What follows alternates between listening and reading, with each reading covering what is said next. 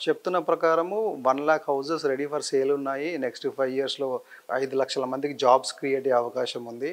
At the same time కొత్త projects కూడా వస్తున్నాయి. సో, ఓవరాల్ సినారియోలో మీ నియోపోలిస్‌లో మీరు కొడుతున్న నియో ప్రాజెక్ట్‌లో ఫ్లాట్ కొనాలి. అసలు ఎందుకు కొనాలి? అంటే మీరేం చెప్తారు? మంచి ఇంట్రెస్టింగ్ క్వశ్చన్ సార్. ఈ హైదరాబాద్లో మనం ఈ 57 ఫ్లోర్స్ హై రైజ్ పర్మిషన్స్ రావటం అనే దానివల్ల ఉన్న ఇంకొక అడ్వాంటేజ్, ఇట్లాంటి ఒక కంపారిటివ్ లొకేషన్ మీరు ఎనీ అదర్ సిటీలో మీరు తీసుకోండి, కాస్ట్ కంపారిజన్లో మినిమం 30% అడ్వాంటేజ్ ఉంది సార్ బయర్కి ఈ రోజున.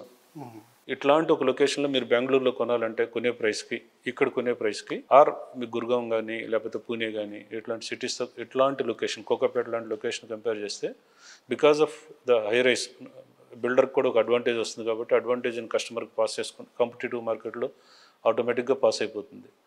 అట్లా 30% కాస్ట్ బెనిఫిట్ ఉందండి compare to Bengaluru and Hyderabad. With in హైదరాబాద్లో మా పర్టికులర్ ప్రాజెక్ట్లో అంటే నియోపోలిస్లో కొనడానికి రీజన్స్ ఏంటంటే, ఇందాక మనం అనుకున్నట్టు ఒకవైపున ఆఫీస్ స్పేస్ డెవలప్ అవుతుంది, ఇంకొక టైపున ఇన్ఫ్రాస్ట్రక్చర్ డెవలప్ అవుతూ ఉంది.